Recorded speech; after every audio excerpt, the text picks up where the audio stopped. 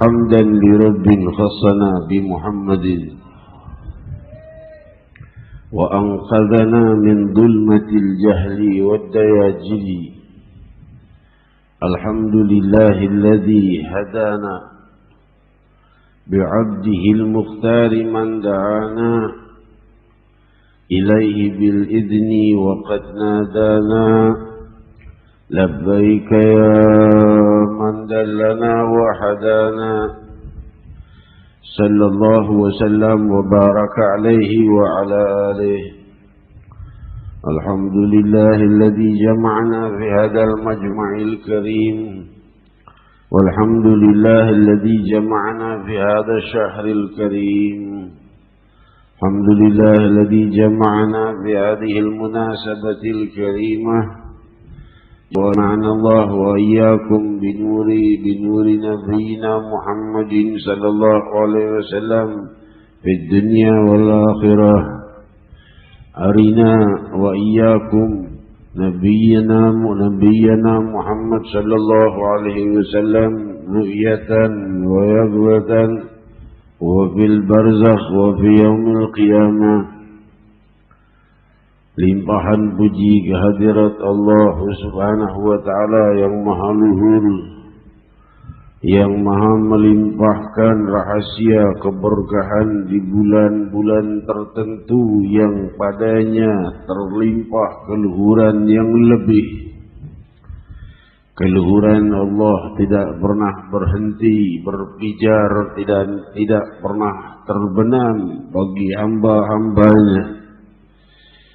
Berbeda dengan matahari yang timbul dan tenggelam, berbeda dengan bulan yang muncul dan sirna, berbeda dengan lautan yang tiada berhenti bergoyang, berbeda dengan bumi yang terhampar dan bumi yang meninggi, berbeda dengan segala makhluk. Laisa kamitslihi syai'. Tiada sesuatu yang menyerupai Allah. Allah Subhanahu wa Ta'ala melimpahkan keluhuran kepada hamba-hambanya, dan mereka yang mendapatkan keluhuran itu adalah keturunan Nabi Allah Adam alaihi salatu wassalam, yang telah disetujui oleh Allah untuk masuk ke dalam samudera cahaya la ilaha illallah. Samudera cahaya itu menerangi jiwa hamba-hambanya, sehingga sirnalah segala sifat yang hina, sehingga muncullah segala sifat yang luhur. Cahaya itu membenahi jiwa, sehingga ucapan pun, ucapan, penglihatan, pendengaran, perbuatan, dan yang di sekitar kita terang benderang dengan cahaya la ilaha illallah yang disabdakan oleh Nabi sallallahu alaihi wasallam, man qala la ilaha illallah khalisan min qalbihi harramahu Allah 'alan nar. Barang siapa yang mengucap la ilaha illallah ikhlas dari hatinya, Allah haramkan dia dari api neraka. Api neraka diharamkan Allah untuk menyentuh orang-orang yang mengucapkan kalimat tauhid dari dasar sanubarinya.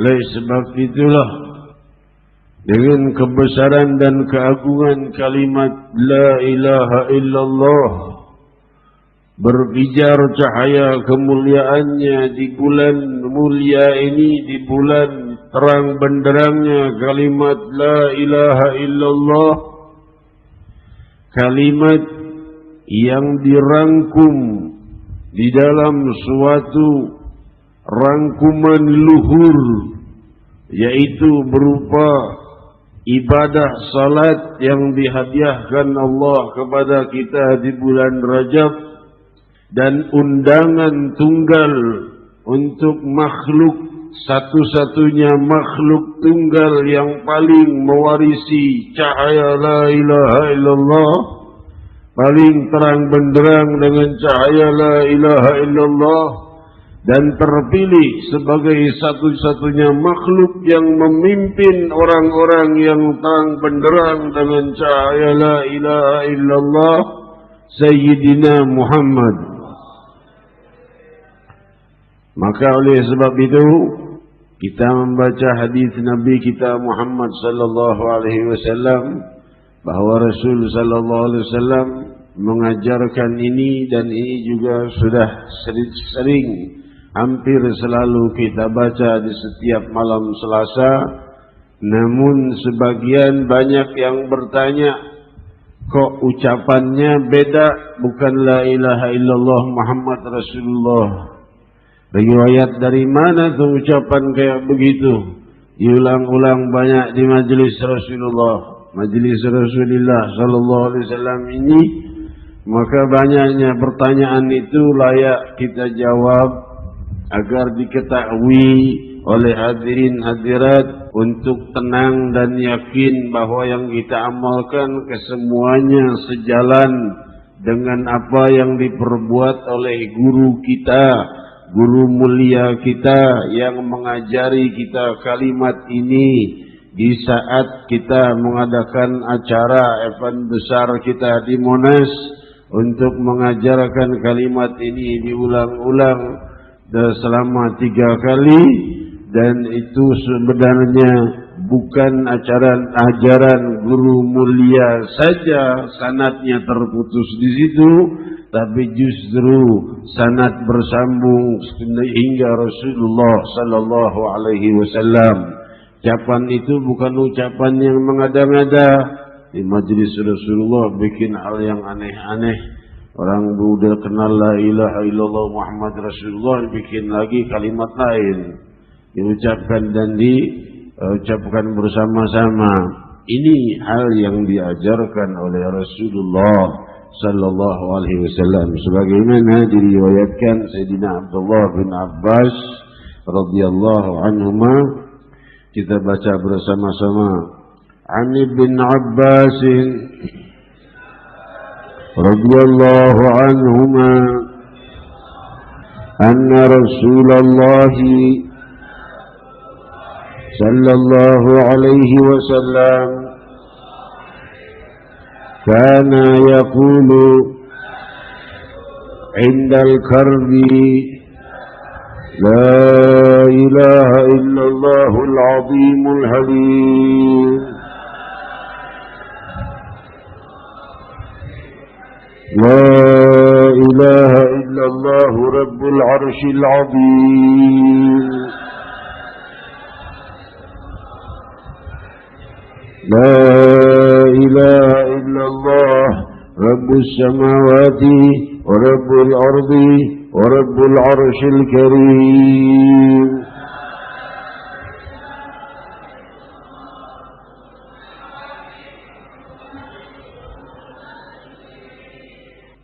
صدق رسول الله صلى الله عليه وسلم. حديث صحيح رواه Imam Bukhari.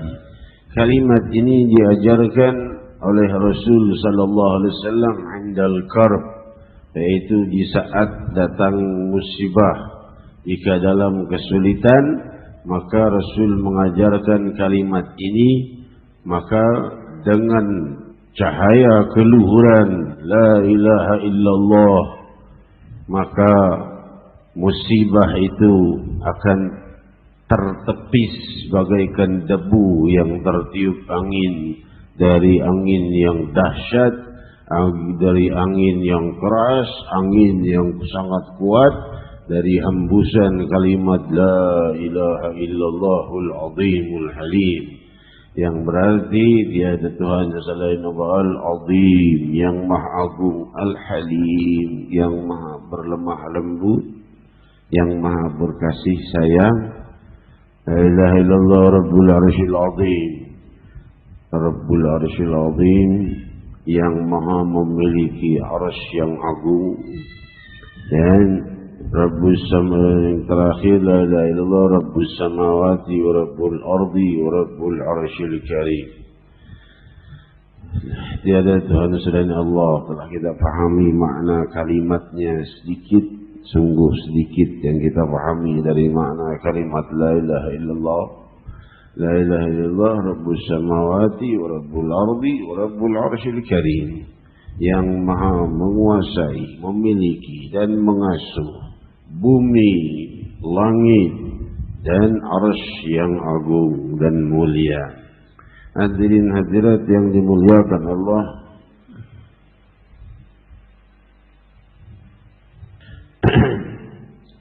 ya, dari hal yang perlu kita pahami dari kalimat ini adalah penjagaan Nabi kita Muhammad sallallahu alaihi wasallam kepada kita, bahwa di saat-saat kita dalam kesulitan diajarkan bacaan-bacaan atau doa-doa yang bisa membuat kesusahan dan kesulitan kita sirna.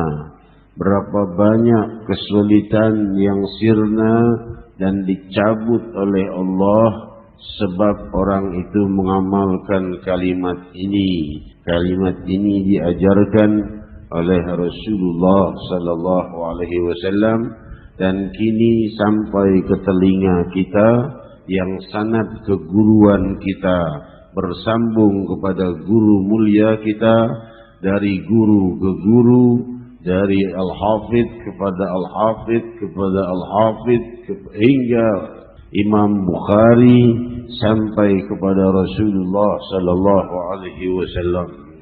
Hadirin hadirat, maka oleh sebab itu pelajari zikir-zikir Rasul sallallahu alaihi wasallam untuk bekal hidup kita selamat daripada musibah. Namun mereka yang mempunyai idrak yang dalam, mereka yang mempunyai ketajaman pemahaman yang mendalam, mereka tidak hanya memikirkan bahwa kalimat ini menghapus masalah di dunia. Kalimat ini menghapus juga permasalahan di akhirat. Karena telah disabdakan oleh Rasul sebagaimana hadis yang kita dengar tadi, man qala la ilaha illallah khalisan min qalbihi haramahullah 'alan nar. Allah mengharamkannya dari api neraka yang mengucap la ilaha illallah ikhlas dari hatinya. Hadirin hadirat yang dimuliakan Allah, namun banyak orang yang meremehkan keagungan kalimat ini, maka mereka justru merasa tidak perlu kalimat ini harus banyak diulang-ulang dan disebut-sebut, malah justru melarang orang banyak menyebut kalimat ini. Dikatakan Rasul juga nyebut la ilaha illallah bareng-bareng rame-rame. Emangnya hidup di zaman Rasul ente? Hadirin hadirat yang dimuliakan Allah, tentunya Rasul sallallahu alaihi wasallam telah menyampaikan kemuliaannya. Maka di saat muslimin penuh dengan musibah dan masalah, ditimpa dengan macam-macam dosa, terjebak dengan macam-macam kehinaan, terjauhkan dari permasalahan-permasalahan mulia, hingga ia jauh seakan-akan terikat dari mencapai tempat dan perbuatan-perbuatan yang mulia. Di dalam keadaan itu, kemana mereka akan melarikan diri kalau bukan ke perkumpulan zikir untuk mencabut segala masalah yang menimpa mereka, kesusahan yang menimpa mereka, permasalahan yang menimpa mereka, kesedihan yang menimpa mereka, permasalahan yang menimpa mereka, dosa yang menindih mereka, membuat musibah semakin banyak, dan banyaknya juga permasalahan yang akan timbul barangkali di barzakh dan di yaumul qiyamah atau di masa depannya di dunia ini. Maka berkumpul dengan mengucapkan kalimat la ilaha illallah hampir tidak pernah dilepaskan oleh para salafus saleh. Di dalam setiap majlis-majlis ta'lim diakhiri dengan kalimat talqin disebutnya, yaitu la ilaha illallah. Karena apa? Karena yang jadi dirisaukan itu adalah jika orang sudah tenggelam dengan banyaknya dosa, di saat ia sakratul maut, ia tidak bisa mengucap la ilaha illallah dan lupa dengan kalimat la ilaha illallah. Kalau sudah begini permasalahannya, itulah yang dirisaukan para ulama dan para imam dan salihin, sehingga mereka menjadikan perkumpulan-perkumpulan majlis-majlis itu selalu pasti adanya kalimat la ilaha illallah. Berkata Imam Ibn Hajar di dalam Fathul Bari syarah Sahih Bukhari, karena agungnya kalimat ini maka hal yang mustahab untuk diulang-ulang, hal yang baik untuk kalimat ini diulang-ulang. Kenapa? Supaya kalimat ini tertanam di hati kita. Kita ingat sabda Rasul sallallahu alaihi wasallam, "Inna lillahi tis'atun wa tis'una isman, man yahfazha dakhala al-jannah."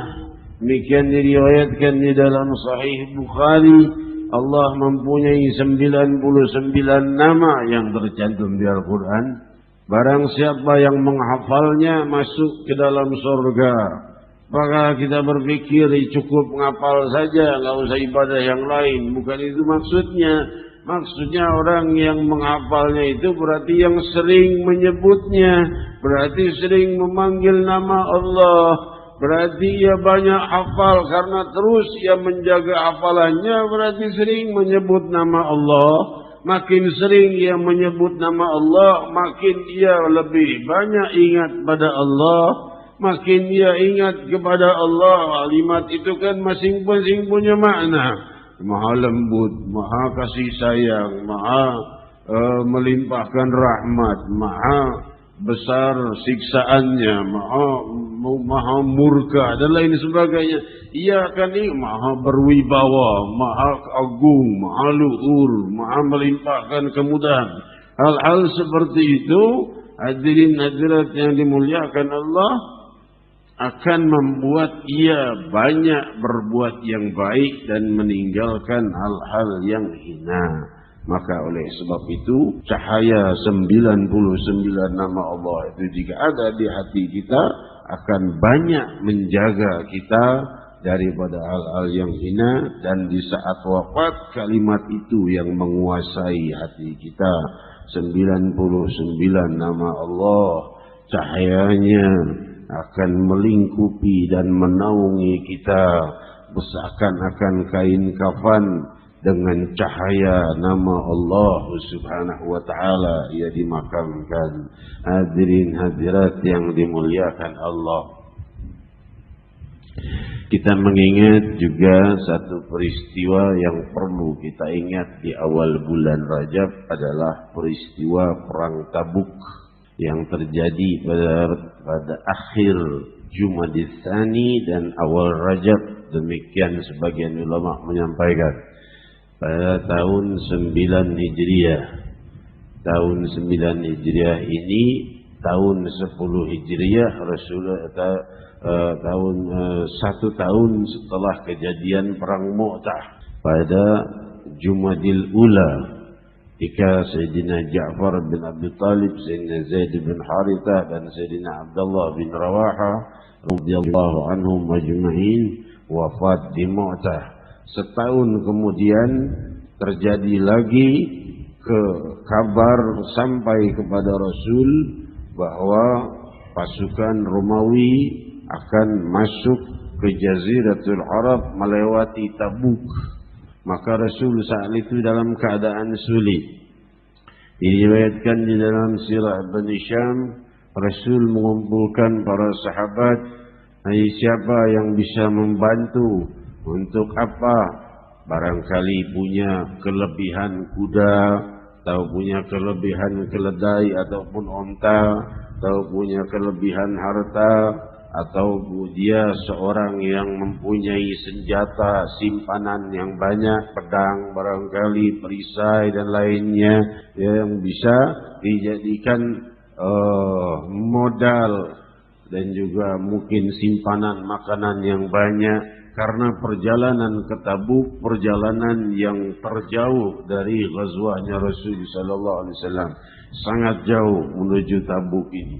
Maka di saat itu Rasul sallallahu alaihi wasallam memberikan tausiah kepada para sahabat untuk bersedekah.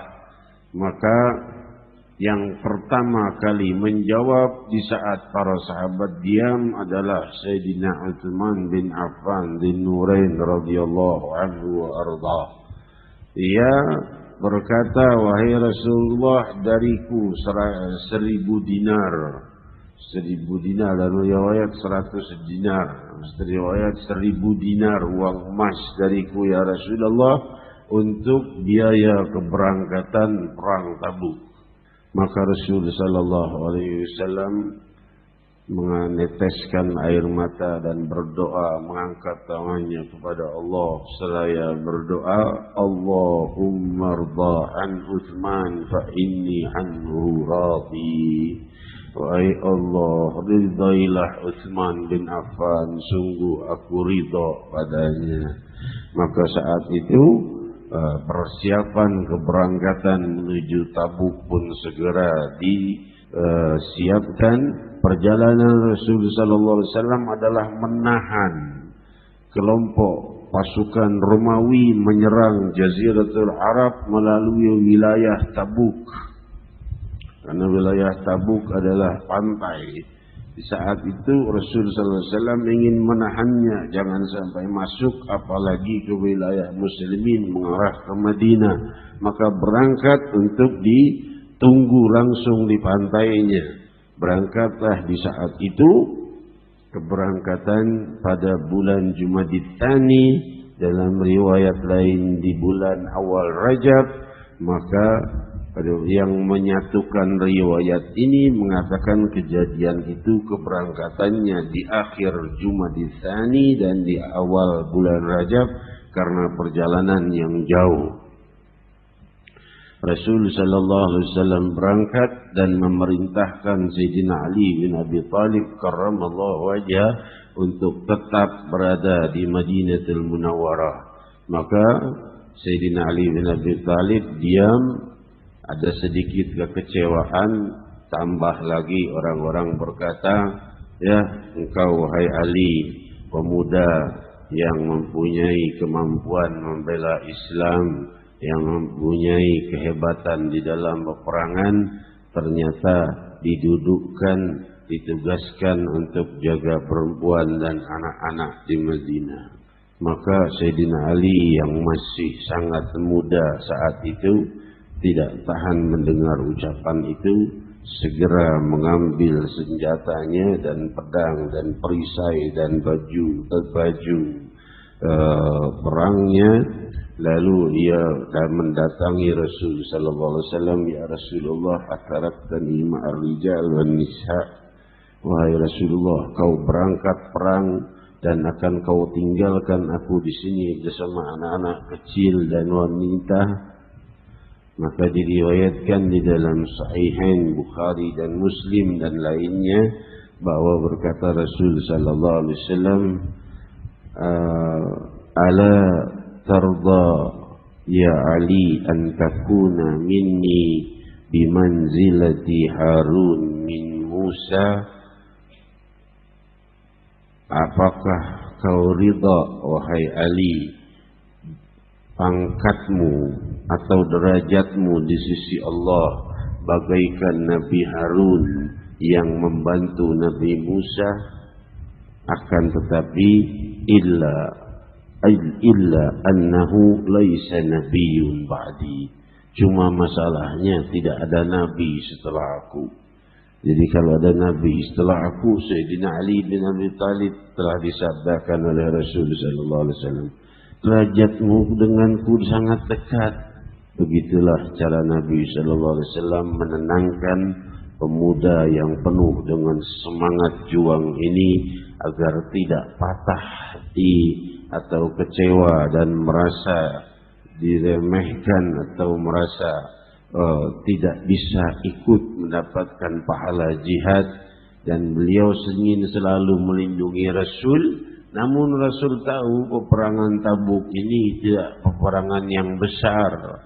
Maka oleh sebab itu Sayyidina Ali dibiarkan saja di Madinatul Munawwarah untuk mentarbiah jiwa. Rasul sallallahu alaihi wasallam adalah murabbi yang paling mulia dan agung dari semua murabbi. Murabbi itu pengasuh yang mengasuh murid menjadi orang yang saleh dan dekat kepada Allah. Zaman sekarang 4-5 orang kumpul, sudah ada gurunya dan aku murabi. Jadi hadirat yang dimuliakan Allah, yang diajari yang ngajari kalau ditanya apa itu fikih nggak tahu, ya tahunya google.com. Hadirin hadirat yang dimuliakan Allah, lihat Quran terjemahkan dengan letterlek begitu saja. Udah, Allah ada di atas arsy, berarti tempatnya Allah ada di atas arsy. Hadirin hadirat yang dimuliakan Allah, kelompok yang seperti ini semoga dibersihkan oleh Allah dan diberi hidayah. Jadi kita tidak ridho Jakarta ini jatuh kepada kelompok yang seperti ini, hingga kita sudah berniat Jakarta ini akan berkibar menjadi kota Sayyidina Muhammad sallallahu alaihi wasallam. Yang dimaksud kota yang damai, kota yang bersalawat, kota yang jauh dari tawuran, bukannya kota teroris, bukannya kota anarkis, bukannya kota narkoba, bukannya kota perjudian dan perzinahan. Betul? Jadi hadirat yang dimuliakan Allah, oleh sebab itu sebagian mengatakan pertanyaan sungguh banyak kepada saya bahwa Allah Subhanahu wa taala ada di arsy, di kalimat la ilaha illallah rabbul arsyil azim, yang bertanyakan ayat yang difirmankan oleh Allah berkali-kali di dalam Al-Qur'an bahwa Allah Subhanahu wa taala istawa 'alal arsy, mau membahas kalimat ini, padahal imam-imam besar semacam Imam Ahmad bin Hanbal, yang Imam Ahmad bin Hanbal itu berguru pada Imam Syafi'i, yang Imam Syafi'i itu berguru pada Imam Malik. Imam Malik saat ditanya masalah ini, beliau menjawab nu'minu biha wa nusaddiq biha. Beliau berkata majhul ma'qul, iman bihi wajib, wa su'al anhu bid'ah, wa inni ra'aituka rajul su' fakhrijuhu minni. Maka berkata Imam Malik, tidak difahami makna ayat itu, majhul, tidak difahami maknanya. Majhul ma'gul, tidak bisa ditolak dengan akal karena firman Allah. Iman bihi wajib, percaya iman bihi wajib, usu'al anhu bid'ah. Beriman kepada ayat itu wajib, tapi bertanya tentangnya adalah hal yang bid'ah, dalalah, hal yang buruk, hal yang tidak boleh dipertanyakan, karena ini ayat mutasyabih. Di satu waktu firman Allah mengatakan Allah Subhanahu wa taala istawla, tsumma istawa 'alal 'arsy. Di ayat lainnya Allah Subhanahu wa taala berfirman dalam surat Al-Qasas bahwa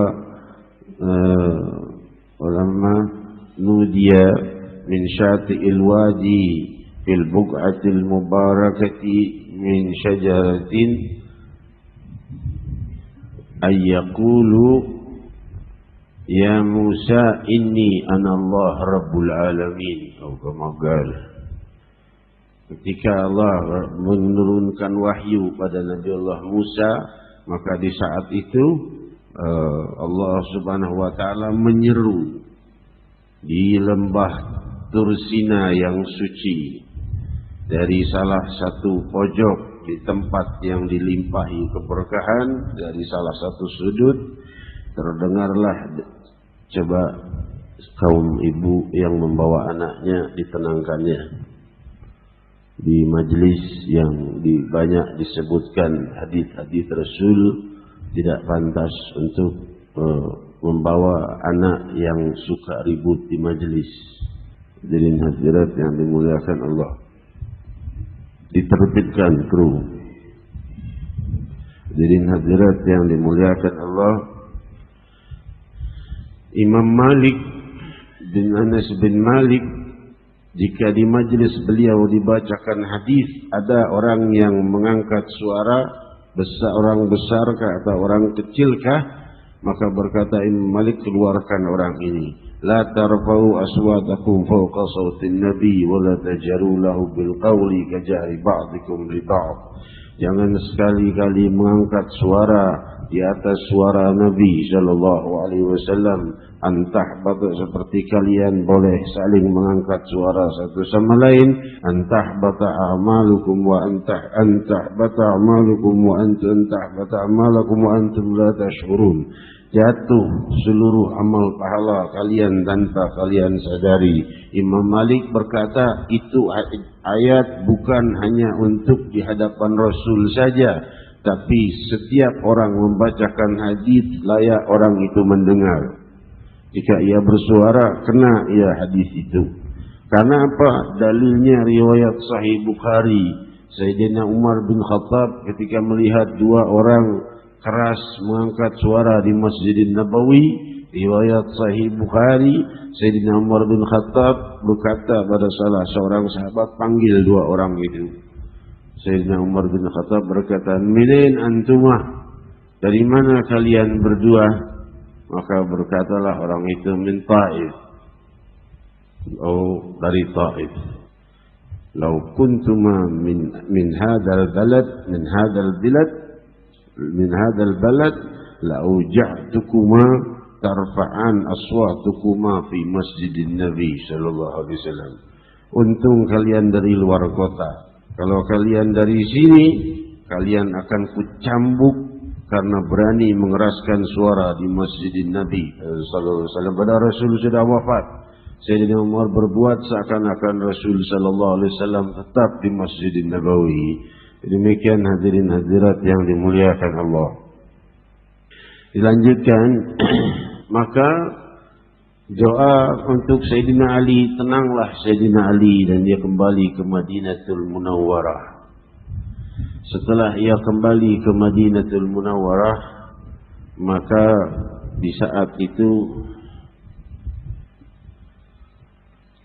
ketika ia kembali ke Madinatul Munawwarah, pasukan menuju Tabuk terus berangkat bersama Rasulullah sallallahu alaihi wasallam. Ada satu orang berkata, "Ya Rasulullah, idzan li wa la taftinni." Ya Rasulullah, aku minta izin tidak ikut ke Tabuk. Males judulnya. Karena Allah Subhanahu wa taala menegur dengan ayat, kalau benar-benar ia punya halangan atau punya uzur, tentunya pasti Rasul sallallahu alaihi wasallam mengizinkan, dan Allah Subhanahu wa taala membiarkan juga, mengizinkan juga. Tapi ia berkata, "Idzan li wa la taftini." Jangan kau buat aku terjebak fitnah. Kenapa? Karena aku ini, dia berkata, aku ini suka melihat perempuan-perempuan yang cantik. Wanita-wanita di Tabuk sana banyak yang cantik. Jadi aku takut tergoda. Lebih baik aku tidak pergi. Justru ketidakpergiannya itulah yang menjebak ia pada kalimatnya sendiri, "Idzanli wala taftinni." Izinkan aku, jangan jatuhkan aku ke dalam fitnah. Justru ia jatuh ke dalam masalah karena memisahkan diri dari pasukannya Rasulullah sallallahu alaihi wasallam. Lantas juga kaum munafikin, mereka berkata, janganlah kalian berangkat di saat sedang panas terik, ya. Mereka berkata demikian. Allah Subhanahu wa taala memfirmankan ucapan mereka, la takhruju fil hari, jangan keluar di waktu yang sangat panas. Maka berkatalah Rasul sallallahu alaihi wasallam, Allah Subhanahu wa taala berfirman, inna jahannama ashaddu harra, naru jahannama ashaddu harra. Neraka Jahannam itu lebih panas daripada musim panas. Maka oleh sebab itu orang munafik itu sebagian ada yang bertobat, sebagian tetap di tempatnya. Riwayat Ibn Hisham, ada di antara mereka yang menginap di suatu malam dan membicarakan tentang keberangkatan Tabuk. Dari kaum munafikin, pagi hari mereka sudah hangus tubuhnya tanpa ditemukan lagi satupun yang hidup. Dari hadirat yang dimuliakan Allah, maka berangkatlah kelompok para sahabat Dan ada yang datang, beberapa orang tidak punya kendaraan. Ini berangkat ke Tabuk, jauh, harus punya kendaraan. Keledai nggak punya, kuda nggak punya, onta nggak punya. Mau ikut, ya barangkali bisa onta, bisa ditunggangi berdua, bertiga barangkali.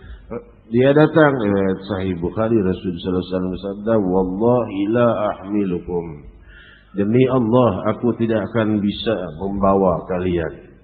Kenapa? Karena nggak ada kendaraan yang sudah ada dari binatang-binatang ternak, binatang-binatang yang dipakai untuk tunggangan, semuanya sudah penuh. Maksudnya keledai kemampuannya membawa dua, ya sudah dua. Kuda membawa dua, kudanya masih kecil, hanya mampu membawa satu, ya satu. Semua sudah penuh, kasarnya. Ya, kalau kita bilang gerbong kereta udah penuh, ya, udah penuh, mau lebaran, nggak ada lagi tiket, kasarnya gitu. Nggak ada tempat lagi untuk membawa kalian. Maka mereka menangis, mengalirkan air mata. Maka tiba-tiba datanglah beberapa orang dari sahabat Rasul membawakan tunggangan-tunggangan yang baru. Maka Rasul berkata, akan kukafarati sumpahku tadi, maka kalian boleh ikut. Maka bergembiralah hati mereka. Fastanara wajh Nabi sallallahu alaihi wasallam, wajah Nabi pun gembira, cerah, karena beliau sedih tidak bisa membawa mereka berangkat menuju Tabuk. Hadirin hadirat yang dimuliakan Allah, di tengah perjalanan, maka di saat itu Abu Khaisamah radhiyallahu anhu wa ardhah datang. Dari mana? Dari luar Madinah pulang ke rumah. Sampai di Madinah ia dengar, mana laki-laki? Kok sepi? Yang ada semua anak kecil sama perempuan. Gak ada satu orang di sini pun. Tanya sama anak di situ, mana orang-orang? Berangkat udah jauh, udah 2-3 hari berangkat. Berangkat kemana? Ke Tabuk. Masya Allah. Dia pulang dari perjalanan jauh. Masuk ke rumahnya, istrinya sudah menyirami. Kan zaman dulu belum ada lantai ubin. Zaman dulu lantainya tanah. Jadi tanah itu sudah disirami dengan air, ditutupi dengan tikar, ya, dengan dihias supaya ia duduk tenang. Kenapa dibasahi? Supaya sejuk maksudnya. Jadi nggak duduk panasan di dalam rumahnya, sejuk, terkena angin. Sudah disiapkan makanan, minuman, karena suaminya mau datang. Begitu datang, ia lihat makanan, minuman, tempat yang sejuk. Rasulullah dalam perjalanan, dalam panas, dalam haus, dalam lapar, demi Allah tidak akan aku masuk ke rumahku. Ia pun segera berkata pada istrinya, siapkan lagi perbendaharaan yang lebih untuk aku berangkat. Maka ia pun berangkat menyusul Rasul sallallahu alaihi wasallam, tidak menginjak rumahnya sedikit pun, karena ia selalu ingin bersama Rasulullah sallallahu alaihi wasallam, sehati dengan Sayyidina Muhammad. Rasul dalam panas, dalam perjalanan, dalam lapar mungkin, aku mau duduk-duduk tenang dengan makan dan minum bersama istriku, tidak. Maka ia pun berangkat. Di saat Rasul sedang beristirahat, datang seorang dari kejauhan. Maka berkatalah seorang penjaga, ya Rasulullah, rajulun muqbil. Oh ya Rasulullah, ada orang datang dengan kudanya dengan cepat. Rasul berkata, kun Aba Khaisamah. Jadilah Aba Khaisamah. Benar saja yang datang Abu Khaisamah radhiyallahu anhu ardah, dan dia menceritakan kejadian dan memohon maaf datang terlambat karena ia tidak tahu ia di luar kota saat Rasul berangkat. Rasul mendoakannya dengan kebaikan. Kemudian perjalanan diteruskan. Tidak lama ada orang yang berkata, si fulan kemana tuh nggak ikut, si fulan kemana tuh nggak ikut, si fulan kemana tuh nggak ikut. Rasulullah sallallahu alaihi wasallam berkata, biarkan saja. Kalau Allah kehendaki mereka ikut, mereka akan menyusul. Jika Allah tidak berkehendak, mereka tidak akan berangkat. Maka Rasulullah sallallahu alaihi wasallam sampai pada suatu tempat beristirahat. Maka saat itu datang seorang berjalan kaki dengan membawa barang-barangnya, dipinggulnya sendiri, dipanggul oleh dirinya sendiri, dia bawa barangnya, dibawa sendiri, berjalan kaki. Siapa dia? Rajulun muqbil masyan ya Rasulullah. Ada orang datang tapi jalan kaki ya Rasulullah, barangnya digendong sendiri, barang-barangnya. Maka Rasulullah sallallahu alaihi wasallam bersabda, kun Abu Dzar. Itu jadilah Abu Dzar. Benar saja yang datang adalah Abu Dzar Al-Ghifari radhiyallahu anhu ardah, karena keledainya sudah tua, jalannya lambat, maka ia angkat barang-barangnya, ia pinggul sendiri, ia tuntun keledainya, ia tidak bebani keledainya dan tidak ditunggangi, dibawa saja. Maka Rasul berkata, rahimallah Abu Dzar, rahimallah Abu Dzar, yamshi wahduh wa yamut wahduh wa yub'ats wahduh. Rahmatnya Allah berlimpah pada Abu Dzar. Dia berjalan sendiri, datang sendiri, nanti dia akan wafat sendiri, dalam keadaan sendiri, dan nanti dia dibangkitkan oleh Allah dalam keadaan sendiri. Kata Rasulullah sallallahu alaihi wasallam, orang lain dibangkitkan bersama-sama, Abu Dzar Al-Ghifari dikhususkan oleh Allah dibangkitkan sendiri.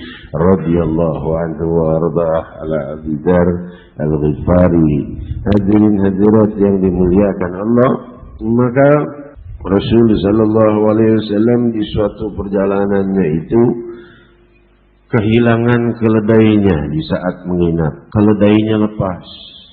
Ada orang munafik di antara yang ikut. Ada aja munafik itu di mana-mana ada.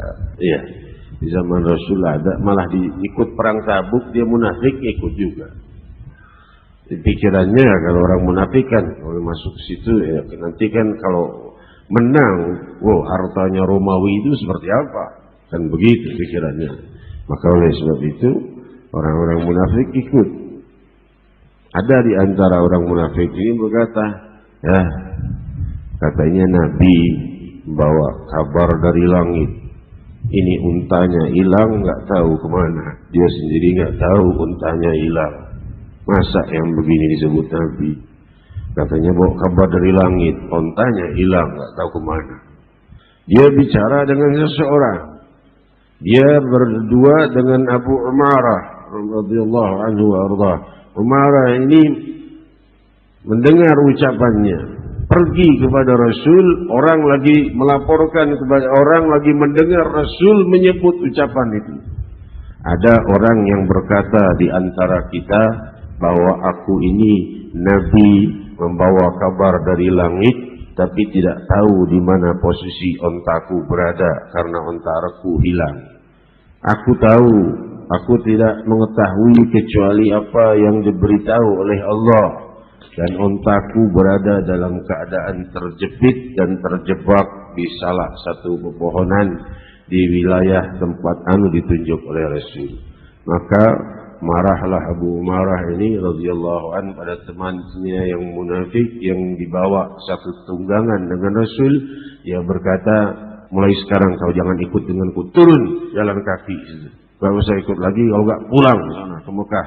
Gara-gara kau ini, aku mau jalan dengan orang seperti engkau. Berkata ia kepada munafik tadi. Perjalanan dilanjutkan sampai Rasul sallallahu alaihi wasallam berhadapan dengan kerajaan yang dipimpin oleh Raja Yohanna. Raja Yohanna beragama Nasrani, dan di saat itu Raja Yohanna menolak untuk masuk Islam, tapi ingin berhubungan baik dengan Islam. Maka Rasul sallallahu alaihi wasallam bersabda, jika engkau tidak ingin berperang karena kami akan menuju Tabuk, maka kau tidak ingin berperang, maka kau harus membayar dhimmah yang disebut pajak bagi orang non-muslim. Ini sebagian orang-orang yang ingin mengadu domba antara agama, mereka mengatakan jahatnya orang muslim itu kalau menguasai orang non-muslim, mereka harus bayar dhimmah. Padahal justru dhimmah itu adalah semacam pajak yang harus dibayar oleh orang non-muslim jika mampu, uangnya untuk menjaga mereka. Uangnya itu akan dipakai untuk membayar pasukan, menjaga mereka, dan jauh lebih rendah dari zakat. Kalau muslim ada 7 zakatnya: zakat fitrah, zakat rikaz, zakat ma'din, zakat thimar, zakat ni'am, zakat, ada 7 macam zakat. Ini cuma satu aja dhimmah, lebih kecil daripada zakatnya muslimin. Zakat apa? Maka ia membayar dhimmah. Maka Raja Yohana memilih untuk membayar dhimmah, yaitu jizyah, maaf dhimmah, jizyah. Maka ia membayar jizyah, yaitu pajak untuk orang non-muslim. Maka Rasul menulis surat perjanjian pada Raja Yohana, Bismillahirrahmanirrahim. Di antara salah satu kalimatnya Rasul sallallahu alaihi wasallam,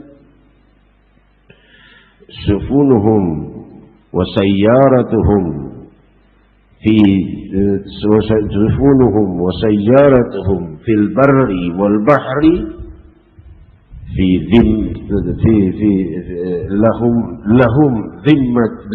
dhimmatullah wa dhimmatu Muhammadin Nabi sallallahu alaihi wasallam, bahwa kendaraan-kendaraan mereka dan juga kapal-kapal mereka di lautan berada dalam jaminan Allah dan jaminan Muhammadin Nabi, kata Rasul sallallahu alaihi wasallam, karena mereka telah membayar jizyah. Mereka sudah bayar jizyah, berarti Rasul sallallahu alaihi wasallam sudah memberikan pasukan yang dibayar oleh Rasul sallallahu alaihi wasallam dari uang jizyah mereka untuk melindungi mereka sendiri. Hebatnya akhlak Rasul sallallahu alaihi wasallam kepada orang-orang non-muslim yang mereka membayar jizyah dan mereka tidak memerangi Islam, maka bagi mereka disebut dhimmatullah wa dhimmatu Muhammadin Nabi. Bagi mereka jaminan Allah dan jaminan Muhammad dan Nabi sallallahu alaihi wasallam. Mereka fi barrihim wa bahrihim, di laut dan di daratan, dalam keadaan jaminan Muhammad dan jaminan Allah dan Nabi Muhammad.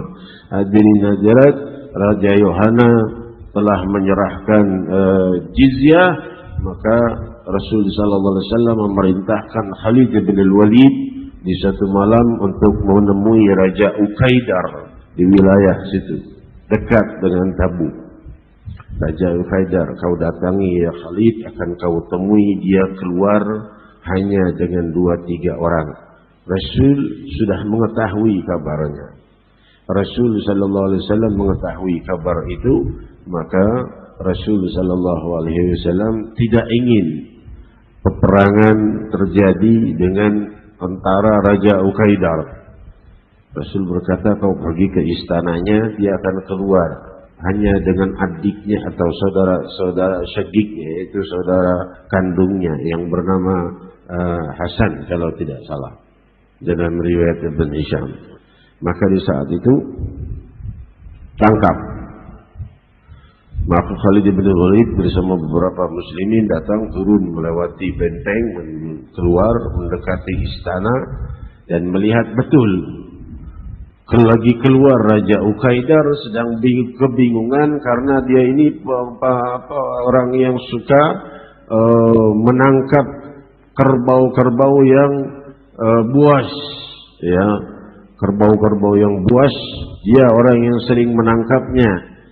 Tiba-tiba kerbaunya ini banyak yang lepas, ya keluar. Kenapa bisa begini? Maka ia keluar, maka ditangkaplah dia dan diambil pakaiannya, jubahnya, dibawa ke hadapan Rasul sallallahu alaihi wasallam bersama Raja Ukaidar ini. Maka ketika melihat pakaiannya yang terbuat dari sutra, juga dari tenunan benang-benang emas, maka para sahabat ta'ajabun. Para sahabat musab-musab gak pernah lihat seumur hidup pakaian seindah ini. Maka Rasul berkata, ta'ajabuna min quwa'i Ukaidar, apakah kalian ini takjub dengan keindahan pakaian Ukaidar ini? Sungguh manadil Sa'adah, salah seorang sahabat Rasul sallallahu alaihi wasallam, disebutkan oleh Rasul sallallahu alaihi wasallam namanya, sungguh sapu tangannya penduduk surga itu, salah seorang sahabat Rasul Sayyidina Sa'ad bin Mu'adz radhiyallahu anhu, sapu tangannya Sa'ad bin Mu'adz jauh lebih indah dan jauh lebih berharga daripada pakaiannya si Raja Ukaidar yang demikian hebatnya dan indah itu. Maka Rasul sallallahu alaihi wasallam duduk sampai 10 hari. Tentara Romawi tidak kunjung datang. Raja Ukaidar membayar jizyah dan kemudian tidak lama ia masuk Islam. Namun setelah Rasul wafat, ia kembali murtad dan kemudian diperangi dan wafat di masa Khalifah Abu Bakar Siddiq dalam kekufuran karena ia keluar dari Islam setelah wafatnya Rasul. Demikian riwayat Sirah bin Hisham. Jadi hadirat yang dimuliakan Allah, 10 hari Rasul menanti, tidak ada kedatangan dari pasukan Romawi, maka Rasul pun mengarah kembali pulang ke Madinatul Munawwarah dengan membangun 17 masjid antara Tabuk dan Madinatul Munawwarah radhiyallahu anhum wa ardahum ashab Tabuk ajma'in. Hadirin hadirat, sesampainya di Madinah, datanglah Ka'ab bin Malik radhiyallahu anhu wa ardah dengan terengah-engah menangis memegangi tali kudanya Rasul yang dekat dengan kakinya Rasul, berkata, Ka'ab bin Malik, maafkan aku ya Rasulullah, tidak ikut berangkat. Maka Rasul sallallahu alaihi wasallam memberikan kepadanya keputusan bahwa belum bisa memutuskan sebelum ada perintah dari Allah. Ada 3 orang, di antaranya Ka'ab bin Malik. Salatal ladzina khulifu, 3 orang yang bertobat. Rasul sallallahu alaihi wasallam berkata, kalian 3 orang yang tidak ikut perang Tabuk ingin bertobat ya Rasulullah. Ya sudah, kalau begitu penduduk Madinah 3 orang nih, bukan penduduk Tabuk, maaf, penduduk Madinah 3 orang, kalian bertiga tidak boleh ada seorang muslim pun yang berbicara dengan kalian, kena hukuman. Nggak ada yang boleh bicara sama nih orang bertiga. Mereka cuma boleh bicara bertiga, dia doang. Sama orang lain nggak boleh ada yang ngajak bicara. Keluarga, kerabat, teman, semuanya nggak ada yang bicara dengan mereka sampai perintah Allah ataupun taubatnya diterima oleh Allah. Mereka sudah tersiksa seperti orang gila melihat keluarga, kerabat, anak, ayah, ibu semua tidak mau mengajak mereka bicara. Perintah Rasulullah sampai 30 hari masih berlanjut. 40 hari turun perintah lebih keras lagi, pisah dengan istrinya, tidak boleh bertemu dengan istri dan keluarganya. Perintahnya malah lebih dahsyat. Sampai hari yang ke-50 baru turun ayat Allah menerima taubat 3 orang yang bertobat kepadamu itu. Rasul memanggil mereka, mereka mencium tangan Rasul sallallahu alaihi wasallam. Ini salah satu riwayat dari belasan riwayat dalil diperbolehkannya cium tangan. Itu di saat itu mereka mencium tangan Rasul sallallahu alaihi wasallam, dan dalam riwayat mencium kedua lututnya Rasul sallallahu alaihi wasallam dari gembiranya. Di antaranya Sayyidina Ka'ab bin Malik radhiyallahu anhu arba.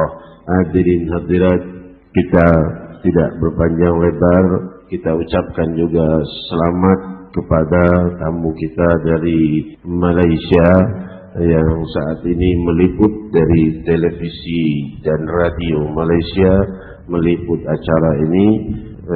Semoga dilimpahi rahmat dan keberkahan. Kita ucapkan selamat datang. Dan juga tamu-tamu kita yang datang dari Palembang, tamu-tamu kita yang datang khususnya yang datang dari yang jauh, yaitu Fadilatul Sayyid Ad-Da'i ilallah Al-Habib Abdul Qadir bin Abdullah Al-Junaid mata'anallahu bih. Beliau ada di sini hadir, namun sudah kelelahan dan juga kondisi beliau sedang kurang sehat, sedang dalam pengobatan di sini. Maka di Indonesia dalam pengobatan, semoga dilimpahi afiah oleh Allah Subhanahu wa taala, dan juga guru-guru kita yang hadir kesemuanya, dan para habaib dan para ulama kesemuanya. Saya mohon maaf atas segala kesalahan, mohon maaf atas segala kekurangan, dan mohon maaf tidak bisa menyambut dengan baik para ulama, para akabir yang semestinya saya duduk di tempat yang paling rendah di majelis ini, namun Allah Subhanahu wa taala telah menentukan lain. Maka saya pasrah saja kepada apa yang telah diaturkan oleh Allah Subhanahu wa taala. Mestinya saya duduk di bawah saja sama rata dengan kalian, tapi yang jadi masalah duduk dan berdirinya saya ini merepotkan. Kursi geser sana, kursi geser sini. Badan saya juga punya bobot yang berat. Hadirin hadirat yang dimuliakan Allah, merepotkan orang. Jadi saya memilih duduk saja di sini agar saya tidak tambah sakit tubuh. Semoga Allah memberikan kesembuhan.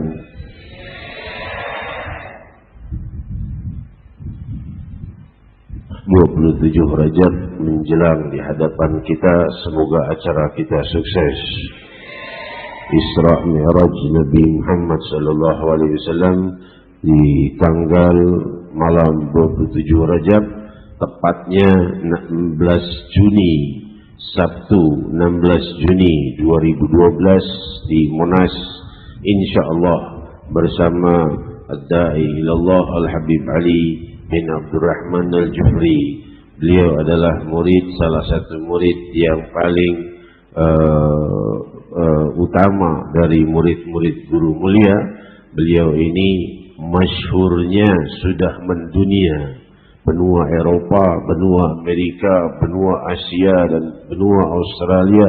Seluruh benua telah beliau kelilingi dan mengenal beliau, namun di Indonesia kurang dikenal. Kenapa?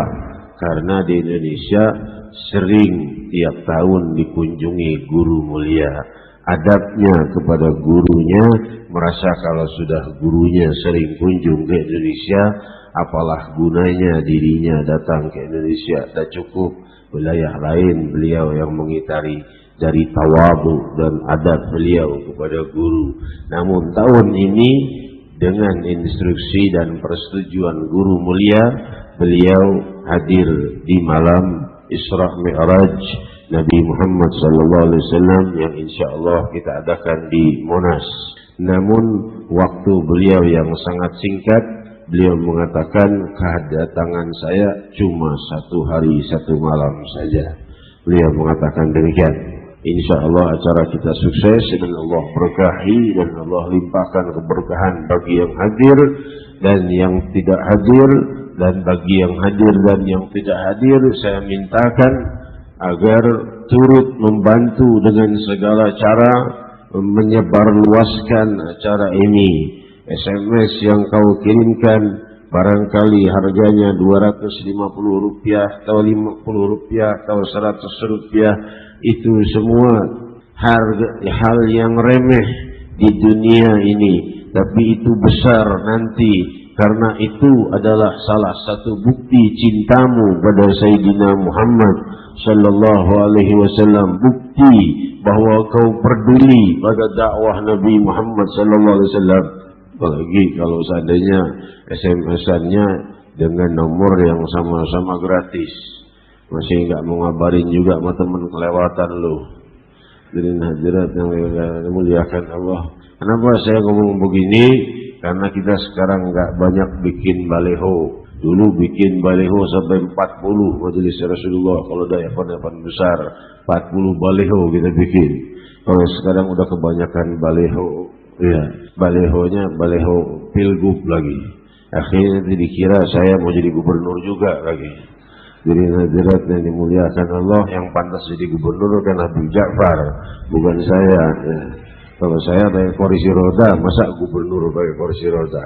Ya, hadirin hadirat yang dimuliakan Allah, demikian maka kita tidak banyak memakai baliho, pakai cuma 4 saja atau 5, 2 di Jakarta, 3 di luar kota, sisanya selebaran. Selebaran diizinkan untuk diperbanyak, boleh diperbanyak sebanyak-banyaknya dan dibagi-bagikan, tempelkan di mana tempat boleh. Ya, hadirin hadirat yang dimuliakan Allah, ini orang yang pilih grup di mana-mana, gambarnya sampai di tiang listrik, sampai di tong sampah, sampai di mana-mana. Masya Allah, ini yang nempel punya otak apa enggak ya? Bingung saya. Yang sampai di tempat-tempat tong sampah ditempelin juga. Allahu Akbar. Kalau perlu mungkin di mana jalan raya, kalau perlu ditempelin juga. Astaghfirullahaladzim. Hadirin hadirat yang dimuliakan Allah, belum jadi gubernur udah semangatnya kelewatan dari gimana jadi gubernur nanti. Hadirin hadirat yang dimuliakan Allah, kita tidak mau berbicara masalah itu karena kita non politik di sini ya. Yang jelas kalau seandainya sampai segitu banyaknya ya tersebar luaslah dengan SMS, dengan ucapan, dengan telepon, dengan email, dengan internet, chatting dan lain sebagainya. Jadikan itu semua perjuanganmu, tanda saksi kepedulianmu terhadap Sayyidina Muhammad SAW dan dakwah beliau, maka semuanya jadi bermanfaat dan pahala. Demikian yang saya sampaikan. Saya mohon maaf di sini banyak para dai besar, para guru-guru saya yang hadir di sini, yang malam ini tampaknya waktu kita sempit dan mereka juga sudah lelah juga. Hadirin juga kalau kemalaman, kasihanan yang wanita banyak yang datang dari jauh, sampai dari Bogor, dari Cimanggis, dari mana ya, udah terlalu malam. Sebenarnya kita jam 10 mesti selesai semestinya, namun karena ini tadi pembahasan perang Tabuk panjang, sebenarnya itu juga dipersingkat karena itu kejadiannya di bulan Rajab. Maka saya tidak bisa mengambil waktu lagi kecuali di malam ini, mestinya dari malam Selasa yang kemarin. Demikian hadirin hadirat yang dimuliakan Allah. Selanjutnya kita bersalam kepada Rasul sallallahu alaihi wasallam, lalu kalimat talqin oleh guru kita Fadilatul Sayyid Ad-Da'i Ilallah Al-Habib Hud bin Muhammad Bagir Attas. Yatafaddal mashkura wa ta'ala Allah bihi. Ya Rasulullah salamun alaik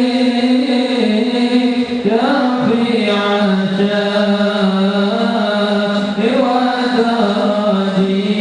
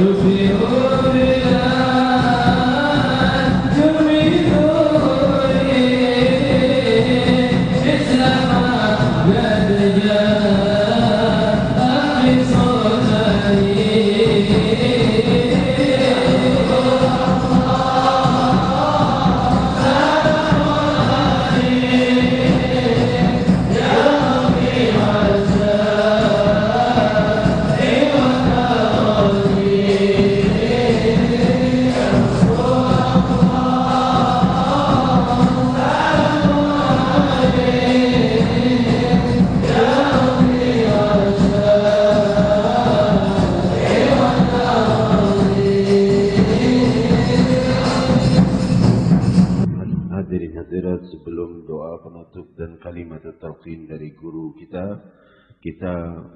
Saya seperti terhentak karena kita belum berzikir memanggil nama Allah Subhanahu wa taala. Ada yang maha menanti, merindukan hamba-hambanya memanggil namanya yang biasa diserukan di majelis ini.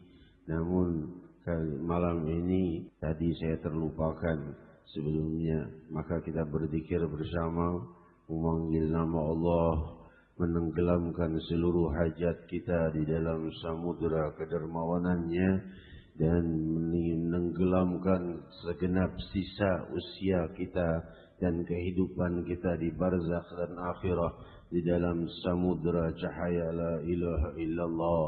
Faqulu jami'an ya Allah, ya Allah, ya Allah, ya Allah, ya Allah, ya Allah, ya Allah, ya Allah, ya Allah, ya Allah.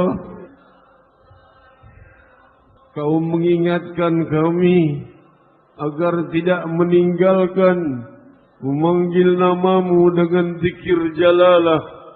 Ya Allah, ya Allah, ya Allah, ya Allah. Muliakan seluruh hadirin. Jadikan kami semua, wahai Allah, terang benderang dengan cahaya la ilaha illallah. Jauhkan dari segala musibah, angkat dari segala masalah, limpahi kemudahan, limpahi penyelesaian, limpahi ketenangan, kesejahteraan, keluhuran, kesucian, pengampunan. Ya Allah, ya Allah, ya Allah, ya Allah, ya Allah,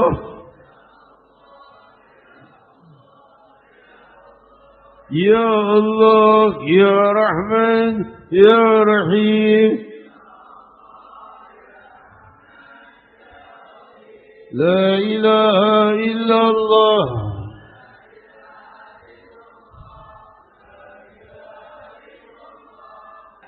Sumpah setia hamba kepada Allah.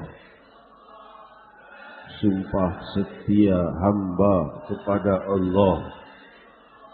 La ilaha illallah. La ilaha illallah. Sumpah setia Allah kepada hamba. Sumpah setia Allah kepada hamba. La ilaha illallahul azimul halim.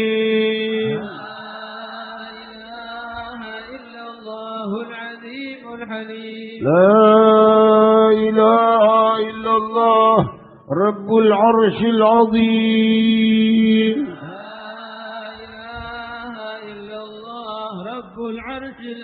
La ilaha illallah Rabbus samawati wa Rabbul ardi wa Rabbul arshil karim.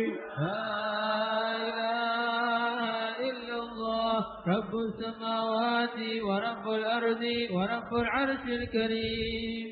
Semoga telah terangkat seluruh masalah dan kesulitan kita demi kemuliaan hadis dan kalimat ini. Amin. Allahumma amin. Terasa pecah hati ini ketika mendapat teguran, seakan-akan kenapa tidak disebutkan zikir jalalah, memanggil namanya di saat majlis yang selalu tidak lepas padanya zikir jalalah dengan izin dari guru mulia kita.